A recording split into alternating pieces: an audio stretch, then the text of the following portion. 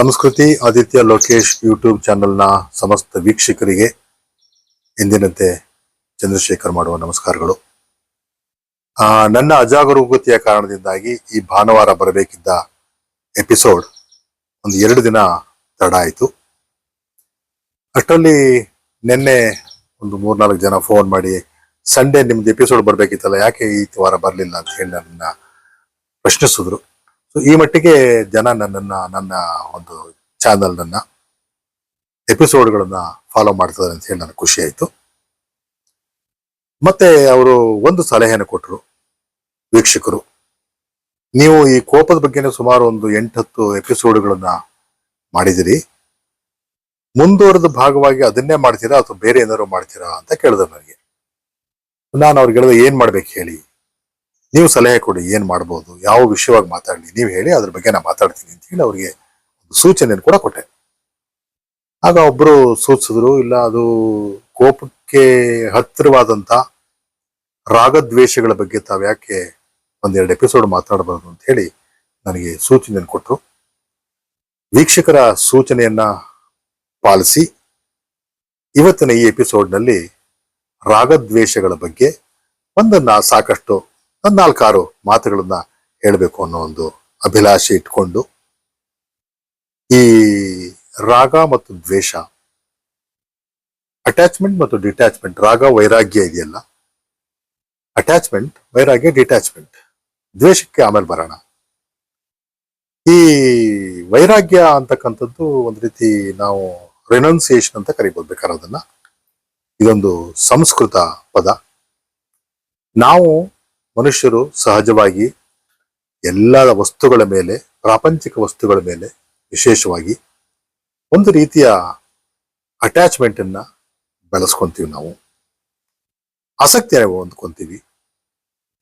ಆ ಆಸಕ್ತಿನೇ ಬಹುಶಃ ನಮ್ಮನ್ನ ದುಃಖಕ್ಕೀಡು ಮಾಡುವಂಥದ್ದು ಅಂತ ಅನ್ಸುತ್ತೆ, ಅಥವಾ ನಮ್ಮ ಬದುಕನ್ನ ಸ್ವಲ್ಪ ಢಾವಾಡೋಲ್ ಮಾಡೋದು, ವಿಚಲಿತಗೊಳಿಸುವಂಥದ್ದು ಈ ರಾಗದ ಜೊತೆ ಅಥವಾ ವಸ್ತುಗಳ ಜೊತೆ ಪ್ರಾಪಂಚಿಕ ವ್ಯಾಮೋಹಗಳನ್ನ ನಾವು ಮೈಗೂಡಿಸ್ಕೊಳ್ಳೋದ್ರಿಂದ ಅಥವಾ ಅದರಲ್ಲೇ ಆಸಕ್ತಿ ತೋರಿಸಿರೋದ್ರಿಂದ ನಮ್ಮ ಬದುಕು ಎಲ್ಲೋ ಒಂದು ಕಡೆ ಕಷ್ಟಕ್ಕೆ ಸಿಕ್ಕಾಕೊಳ್ಳುತ್ತೆ ಅಂತ ಸಾಮಾನ್ಯವಾಗಿ ಜನರಲ್ ನೋಷನ್ ಅದು. ಆದರೆ ಅದಕ್ಕೆ ವಿರುದ್ಧವಾಗಿ ವಿರಾಗ, ರಾಗ, ವಿರಾಗ, ವಿರಾಗದಿಂದ ವೈರಾಗ್ಯ, ಒಂದು ರೀತಿಯ ಅನಾಸಕ್ತಿ, ಭೋಗ ಜೀವನದಿಂದ ದೂರವಿರುವಂತ ಪ್ರಸಂಗ, ಈ ಒಂದು ರೀತಿಯ ಆತಂಕದ ಮನಸ್ಥಿತಿ. ಇದು ಬಹುಶಃ ವಿರಾಗಿ ಅಂದ ಕೂಡಲೇ ನಮ್ಮ ಮನಸ್ಸಿಗೆ ಕಣ್ಮುಂದೆ ಬರುವಂತವರು ಈ ಸಾಧುಗಳು, ಸಂತರು, ಸನ್ಯಾಸಿಗಳು. ಇವರು ವಿರಾಗಿಗಳು, ಬೈರಾಗಿಗಳು. ಬೈರಾಗಿ, ವಿರಾಗಿ ಇವೆಲ್ಲ ಹತ್ತಿರದ ಪದಗಳು. ಅವರೆಲ್ಲರೂ ಕಾವಿ ಹಾಕೊಂಡವರೆಲ್ಲ ವಿರಾಗಿಗಳು, ಬೈರಾಗಿಗಳು ಅಂತ ನಮ್ಮ ನೋಷನ್. ಆದ್ರೆ ಕಾವಿ ಹಾಕೊಂಡವರೆಲ್ಲ ಬಾಹ್ಯ ನೋಟಕ್ಕೆ ವಿರಾಗಿಗಳಂತ, ಬೈರಾಗಿಗಳಂತೆ ಕಾಣ್ತಾರೆ, ಪರಂತು ಆಂತರ್ಯವಾಗಿ ಅವರು ವೈರಾಗ್ಯದ ತುತ್ತ ತುದಿಯನ್ನು ಮುಟ್ಟೋದು ಕಷ್ಟ. ಇದೊಂದು ರೀತಿ ಆಂತರಿಕವಾದ ಮನಸ್ಥಿತಿ. ಬಾಹ್ಯವಾಗಿ ನಾವು ಪಡಿಸ್ಕೋಬಹುದು, ಕಾಣಬಹುದು, ಸಂತರ ತರ, ಸನ್ಯಾಸಿ ತರ, ಋಷಿ ಮುನಿಗಳ ತರ ಕಾಣಿಸ್ಕೋಬಹುದು. ಗಡ್ಡ ಬಿಟ್ಟವನ್ನೆಲ್ಲ ಋಷಿ ಮುನಿಗಳಾಗ ಸಾಧ್ಯ ಇಲ್ಲ. ಬಟ್ ಇದೊಂದು ರೀತಿ ಆಂತರಿಕವಾದ ಮನಸ್ಥಿತಿ ಆದ್ರಿಂದ ನಮ್ಮ ಒಳಗಿನ ಪರಿವರ್ತನೆ ತುಂಬಾ ಅವಶ್ಯಕ ಅಂತ ನಾನಾದ್ರೂ ಭಾವಿಸ್ತೇನೆ. ಈ ವೈರಾಗ್ಯದಲ್ಲಿ ಸಾಮಾನ್ಯವಾಗಿ 2 ವಿಧವಾದ ವೈರಾಗ್ಯ ನಾವು ಕಾಣ್ತೀವಿ. ಒಂದು ಸ್ಮಶಾನ ವೈರಾಗ್ಯ, ಇನ್ನೊಂದು ವಿವೇಕ ವೈರಾಗ್ಯ. ಸ್ಮಶಾನ ವೈರಾಗ್ಯ ಅನ್ನುವಂಥದ್ದು ಇಟ್ಸ್ ಟೆಂಪರರಿ ರೆನೌನ್ಸಿಯೇಷನ್, ಅದು ಟೆಂಪರರಿ ಡಿಟ್ಯಾಚ್ಮೆಂಟ್. ಅದು ಈಗ ಸಾಮಾನ್ಯವಾಗಿ ನಾವು ಯಾವುದೋ ಒಂದು ಸ್ಮಶಾನಕ್ಕೂ, ನಮ್ಮ ಸಾವುಗೋ, ಯಾರೋ ನಮ್ಮ ಕಡೆಯವರು ತೀರ್ಕೊಂಡಾಗಲ್ಲ ನಾವು ಸ್ಮಶಾನಕ್ಕೆ ಹೋಗ್ತೀವಿ. ಹೋಗಿ ಆ ಪ್ರಕ್ರಿಯೆಗಳನ್ನೆಲ್ಲ ನಾವು ಸಾಕ್ಷೀಕರಿಸ್ತೀವಿ, ಗಮನಿಸ್ತೀವಿ, ನೋಡ್ತೀವಿ. ಬೇಜಾರಾಗತ್ತೆ ಆ ಕ್ಷಣಕ್ಕೆ. ಅಯ್ಯೋ, ನಿನ್ನೆ ತಾನೇ ನಮ್ಮ ಜೊತೆ ತಿಂಡಿ ತಿಂತಿದ್ದ, ಕಾಫಿ ಕುಡ್ದ, ನಿನ್ನೆ ತಾನೇ ಮಾತನಾಡಿದ್ದು ನೋಡಿ, ಇವತ್ತು ಇಷ್ಟೊತ್ತಿನಲ್ಲಿ 24 hours ಅಲ್ಲಿ ಅವನು ಬೇಯೋದನ್ನ ನಾವು ನೋಡ್ಬೇಕಾಗಿ ಬಂತಲ್ಲ. ಇಷ್ಟಕ್ಕೆ ಎಷ್ಟೆಲ್ಲ ಕಷ್ಟಪಡ್ತೀವಿ ನಾವು, ಎಷ್ಟೆಲ್ಲ ಒದ್ದಾಡ್ತೀವಿ, ಏನ್ ತಗೊಂಡೋದ, ಏನ್ ಹೊತ್ಕೊಂಡೋದ ಜೊತೆನಲ್ಲಿ ಅನ್ನೋ ಒಂದು ವೈರಾಗ್ಯ ಆ ಕ್ಷಣಕ್ಕೆ, ಅಲ್ಲಿ ಆ ಸ್ಥಿತಿಯನ್ನು ನೋಡಿದಾಗ ಎಲ್ಲರಿಗೂ ಅದು ಬರುವಂಥದ್ದು. ಆ ಕಾಂಪೌಂಡ್ ದಾಟಿ ಕೈ ಕಾಲಿಗೆ ನೀರು ಎರಚಿಕೊಂಡು, ತಲೆ ಮೇಲೆ 4 ಹನಿ ನೀರು ತುಂಬಿಸ್ಕೊಂಡು ಆ ಗೇಟ್ ದಾಟದ ಕೂಡಲೇ ಆ ವೈರಾಗ್ಯ ಎಲ್ಲ ಹೋಗಿ ಮತ್ತೆ ನಾವು ರಾಗದ ತೆಕ್ಕೆಗೆ ಬೀಳುವಂಥದ್ದು. ಅಲ್ಲೇ ಪಕ್ಕದಲ್ಲಿ ಸ್ನೇಹಿತನ ಸರಿ ಮೊನ್ನೆ ಯಾವುದೋ ಒಂದು ಆ 40-60 ಸೈಟ್ ಹೇಳ್ತಿದ್ದೆಲ್ಲ ಅದೇನು ಸೇಲ್ ಆಗೋಯ್ತಾ, ಎಷ್ಟು ಹೇಳ್ತಾನೆ ಒಂಚೂರು ವಿಚಾರಿಸಿ ನೋಡು ಅನ್ನೋಷ್ಟು ಮಟ್ಟಕ್ಕೆ ನಾವು ಅದನ್ನ ಟೆಂಪರರಿಯಾಗಿ, ಅದಕ್ಕೆ ಅದನ್ನ ಸ್ಮಶಾನ ವೈರಾಗ್ಯ, ಸ್ಮಶಾನದಲ್ಲಿ ಉಂಟಾಗುವಂಥದ್ದು ಆ ವೈರಾಗ್ಯ, ಆ ಕ್ಷಣಕ್ಕೆ ಉಂಟಾಗುವಂಥದ್ದು. It's not a permanent detachment. ಅದು ಈ ವಿವೇಕ ವೈರಾಗ್ಯ ಅನ್ನೋದು ಪರ್ಮನೆಂಟ್ ಡಿಟ್ಯಾಚ್ಮೆಂಟ್. ಅದು ಪರ್ಮನೆಂಟ್, ಅದು ಯಾವಾಗ್ಲೂ ಇರುವಂಥದ್ದು. ಅದು ಯಾಕೆಂತಂದ್ರೆ ಯಾವಾಗ ಮನುಷ್ಯ ವಿವೇಕಿ ಆಗ್ತಾನೋ, ಪೂರ್ವಾಪರ ಆಲೋಚನೆ ಮಾಡ್ತಾನೋ, ಯಾವುದನ್ನ ಬಿಡಬೇಕು ಯಾವುದನ್ನ ಕಟ್ಕೋಬೇಕು ಅನ್ನೋ ಒಂದು ಪರಿಜ್ಞಾನ, ಒಂದು ವಿವೇಕ ಆತನಿಗೆ ಇರುತ್ತೋ, ಆಗ ಬದುಕು ಒಂದು ರೀತಿಯ ಸರಳ ಮತ್ತು ಸುಂದರ ಆಗತ್ತೆ. ಇಲ್ದಿದ್ರೆ ಸನ್ಯಾಸಿ ಆಗ್ಬೇಕು ಅಂತಂದು ಕೂಡಲೇ ಅವನೆಲ್ಲೋ ಮನೆ ಬಿಟ್ಟು ಹೋಗ್ಬೇಕು, ಬೆಟ್ಟ ಗುಡ್ಡ ಕಾಡಿನ ನಡುವೆ ಹಿಮಾಲಯಕ್ಕೆ ಹೋಗ್ಬೇಕು, ಎಲ್ಲೋ ಹೊಳೆ ದಂಡೆಲ್ ತಪಸ್ ಮಾಡಬೇಕು, ಕಾಡಿನ ಮಧ್ಯೆ ಹೋಗ್ಬೇಕು, ಕುಟೀರ ಕಟ್ಕೋಬೇಕು, ಅಲ್ಲೆಲ್ಲೋ ಇರಬೇಕು, ಎಲ್ಲವನ್ನು ತ್ಯಜಿಸ್ಬೇಕು ಅನ್ನೋದಲ್ಲ. ಅದು ನಿಜವಾದ ಸನ್ಯಾಸತ್ವ ಅಲ್ಲ. ಸನ್ಯಾಸ ಅಂತಂದ್ರೆ ನ್ಯಾಸ ಅಂದ್ರೆ ಎಲ್ಲ ತ್ಯಜಿಸೋದು ಅಂತ, ಎಲ್ಲವನ್ನೂ ತ್ಯಜಿಸೋದು ಅಂತ. ಆದ್ರೆ ಸಂತೆಯೊಳಗೂ ಸಂತನಂತೆ ಇರುವಂತ ಮನಸ್ಥಿತಿಯನ್ನ ನಾವು ಬೆಳೆಸ್ಕೊಳ್ಬೇಕು ಅನ್ನೋದು ಬಹಳ ಮುಖ್ಯ. ಸಂಸಾರದಲ್ಲಿ ಇದ್ಕೊಂಡೇ ಸನ್ಯಾಸಿಗಳ ತರ ಬದುಕಬಹುದು. ಯಾವುದರ ಮೇಲೂ ಅಟ್ಯಾಚ್ಮೆಂಟ್ ಅನ್ನ ಇಟ್ಕೊಳ್ದೇನೆ ಎಷ್ಟು ಬೇಕೋ ಅಷ್ಟು ಜೀವನಕ್ಕೆ, ನಮ್ಮ ಜೀವನಕ್ಕೆ ಎಷ್ಟು ಬೇಕೋ ಅಷ್ಟನ್ನ ಮಾತ್ರ ಇಟ್ಕೊಂಡು, ಬಾಕಿ ಎಲ್ಲ ಪ್ರಾಪಂಚಿಕ ವಸ್ತುಗಳ ಕಡೆ ನಮ್ಮ ಲಕ್ಷ್ಯವನ್ನ ಕೊಡದೇನೆ ಅದನ್ನೆಲ್ಲ ದೂರೀಕರಿಸಿ ನಾವು ಬದುಕನ್ನ ಬಾಳದ್ದೇ ಆದ್ರೆ ಅದೊಂದು ರೀತಿಯ ಸನ್ಯಾಸಿಯ ಬದುಕೇ ಸರಿ. ಹಾಗೆ ಚಾಣಕ್ಯ ನೀತಿಯಲ್ಲಿ ಬರುವ ಪ್ರಕಾರವಾಗಿ ಆತ ಹೇಳ್ತಾರೆ, ಈ ತ್ರಿವಿಧ ವೈರಾಗ್ಯಗಳು ಅಂತ ಕರೀತಾರೆ ಅವರು. ಈ ತ್ರಿವಿಧ ಅಂದ್ರೆ ಅಲ್ಲೂ ಕೂಡ 3 ರೀತಿಯ ವೈರಾಗ್ಯಗಳು ಬರ್ತದೆ. ಒಂದು ಸ್ಮಶಾನ ವೈರಾಗ್ಯ, ನಾ ಮೊದಲೇ ಹೇಳಿದ ಹಾಗೆ. ಇನ್ನೊಂದು ಪ್ರಸವ ವೈರಾಗ್ಯ, ಅದು. ಮತ್ತೊಂದು ಹೇಳ್ತಾರೆ ಅವರು ಪುರಾಣ ವೈರಾಗ್ಯ ಅಂತ ಕರೀತಾರೆ. ಈ ಸ್ಮಶಾನ ವೈರಾಗ್ಯ ನಾ ಮೊದಲೇ ಹೇಳಿದ್ದೀನಿ.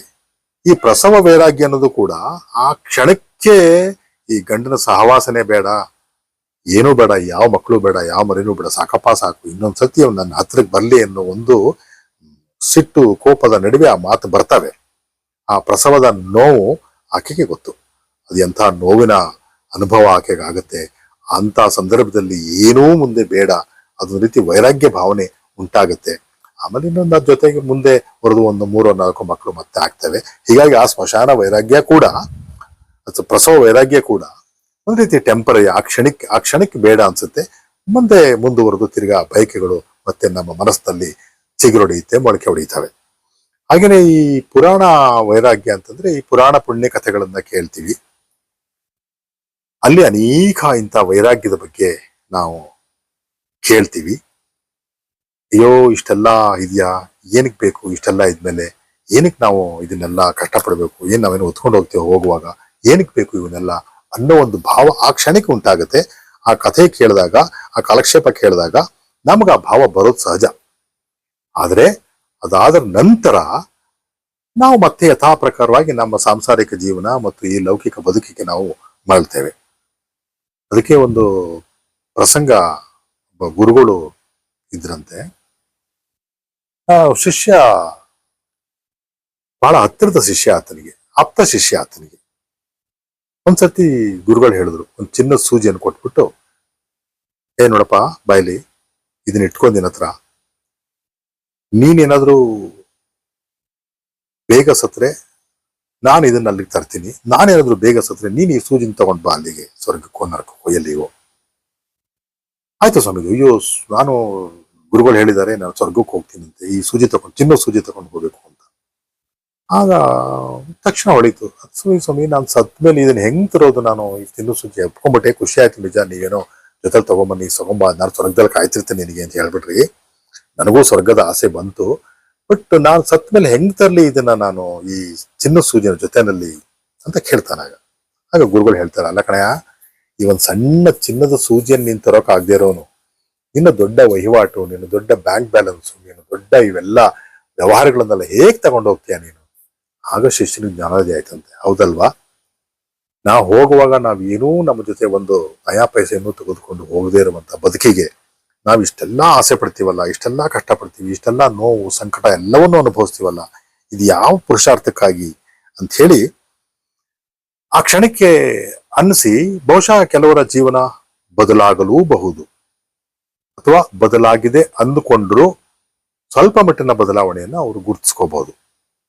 ಇಷ್ಟೆಲ್ಲ ಮಾಡೋದ್ರ ಬದಲು ಕೊಡೋದ್ರಲ್ಲಿ ಇರೋ ಸುಖ ತಗೊಳ್ಳೋದ್ರಲ್ಲಿ ಇಲ್ಲ ಅಂತ ಹೇಳಿ ಆ ಕ್ಷಣಕ್ಕೆ ಅವನಿಗೆ ಹೌದಪ್ಪ ನಾನು ಇಷ್ಟೆಲ್ಲ ಮಾಡಿದ್ದೀನಿ, ಬ್ಯಾಂಕ್ ಬ್ಯಾಲೆನ್ಸ್ ಇದೆ, ಎಲ್ಲ ಇದೆ, ನಾನು ಹೊತ್ಕೊಂಡು ಹೋಗ್ತೇನೆ, ಇದನ್ನೆಲ್ಲ ಯಾರಿಗಾರು ಬಿಟ್ಟು ಹೋಗ್ಬೇಕಲ್ಲ, ಬಿಟ್ಟು ಹೋಗೋಕ್ ಮೊದಲು ಯಾರಿಗಾರು ಕೊಟ್ಟು ಹೋಗೋಣ ಅಂತ ಹೇಳಿ ದಾನ ಧರ್ಮಗಳನ್ನ ಕೂಡ ಅವನು ಮಾಡಬಹುದು. ಹೀಗಾಗಿ ಈವನ್ ಪುರಾಣ ವೈರಾಗ್ಯ, ಪ್ರಸವ ವೈರಾಗ್ಯ, ಸ್ಮಶಾನ ವೈರಾಗ್ಯ ಇವೆಲ್ಲವೂ ಒಂದು ರೀತಿಯ ಟೆಂಪರರಿ ವೈರಾಗ್ಯಗಳು. ಮೊದಲೇ ಹೇಳಿದಾಗೆ ವಿವೇಕ ವೈರಾಗ್ಯ ಬರಬೇಕೆ ಹೊರತು ನಮಗೆ ಈ ರೀತಿಯ ಸ್ಮಶಾನ ವೈರಾಗ್ಯ, ಇನ್ನೂ ಕೆಲವಿದೆ, ಉದರ ವೈರಾಗ್ಯ, ಅಭಾವ ವೈರಾಗ್ಯ, ಇವು ಕೂಡ ಇದಾವೆ, ಇಲ್ಲ ಅಂತಲ್ಲ.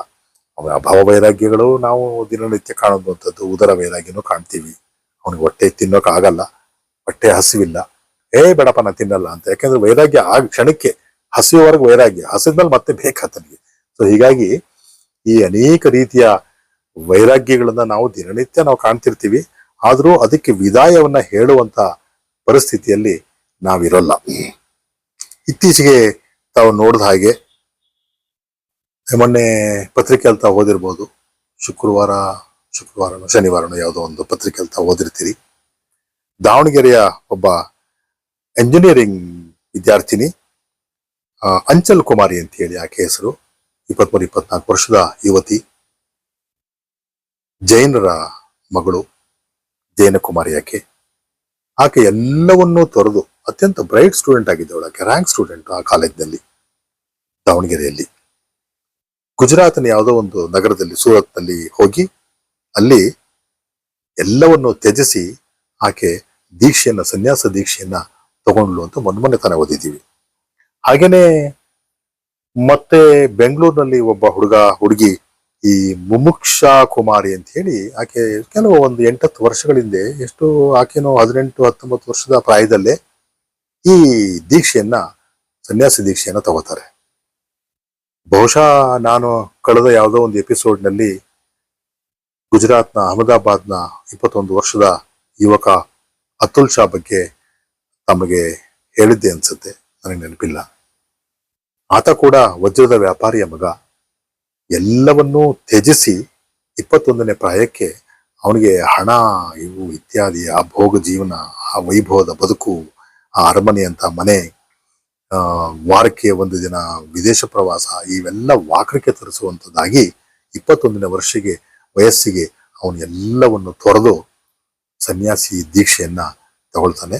ಈ ಸನ್ಯಾಸಿ ದೀಕ್ಷೆ ತಗೊಳ್ಳೋದು, ಈ ಡಿಟ್ಯಾಚ್ಮೆಂಟ್ ಇದೆಯಲ್ಲ, ಈ ಡಿಟ್ಯಾಚ್ಮೆಂಟ್ ಒಂದೊಂದ್ಸತಿ ಏನಾಗುತ್ತೆ ಅಂತಂದ್ರೆ, ಇದು ಪರ್ಮನೆಂಟ್ ಡಿಟ್ಯಾಚ್ಮೆಂಟಾ ಅಥವಾ ಆ ಕ್ಷಣಕ್ಕೆ ಅವ್ರಿಗೆ ಅನಿಸುವಂತ ಡಿಟ್ಯಾಚ್ಮೆಂಟಾ, ಇಲ್ಲ ಬಾಲ್ಯದಿಂದಲೂ ಇವಳು 8-10 ವರ್ಷ ಇದ್ದಾಗ್ಲಿಂದನೂ ಇವಳಿಗೆ ಈ ಸನ್ಯಾಸತ್ವದ ಬಗ್ಗೆ, ಈ ಧರ್ಮದ ಬಗ್ಗೆ ನಂಬಿಕೆ ಇಟ್ಕೊಂಡವಳು, ಅದರಲ್ಲಿ ತನ್ನನ್ನು ತಾನು ತೊಡಗಿಸ್ಕೊಂಡಿದ್ದವಳು ಅಂತ ಅವರ ತಂದೆ ತಾಯಿ ಏನೇ ಹೇಳಿದ್ರು ಕೂಡ, ಅದಾದ ನಂತರದ ದಿನಗಳಲ್ಲಿ ಅವರು ಪರಿಸ್ಥಿತಿ ಏನಾಯ್ತು, ಅವ್ರು ಹಾಗೆ ಮುಂದುವರೆದ್ರ ಅಥವಾ ಮತ್ತೆ ಮರಳಿ ಏನಾದ್ರು ಸಾಂಸಾರಿಕ ಜೀವನಕ್ಕೋ ಅಥವಾ ಈ ಲೌಕಿಕ ಬದುಕಿಗೆ ಮತ್ತೆ ಬಂದ್ರ ಅನ್ನೋದ್ರ ಬಗ್ಗೆ ಅಷ್ಟಾಗಿ ಮಾಹಿತಿ ಇಲ್ಲ.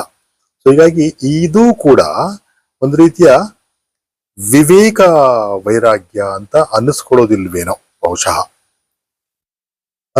ಇವತ್ತಿನ ಎಪಿಸೋಡ್ನ ಇಲ್ಲಿಗೆ ಮುಗಿಸಿ ಮುಂದಿನ ಎಪಿಸೋಡ್ನಲ್ಲಿ ಇನ್ನೊಂದು ವಿಚಾರವನ್ನ ತಮಗೆ ತೆಗೆದುಕೊಂಡು ಬರ್ತೀನಿ.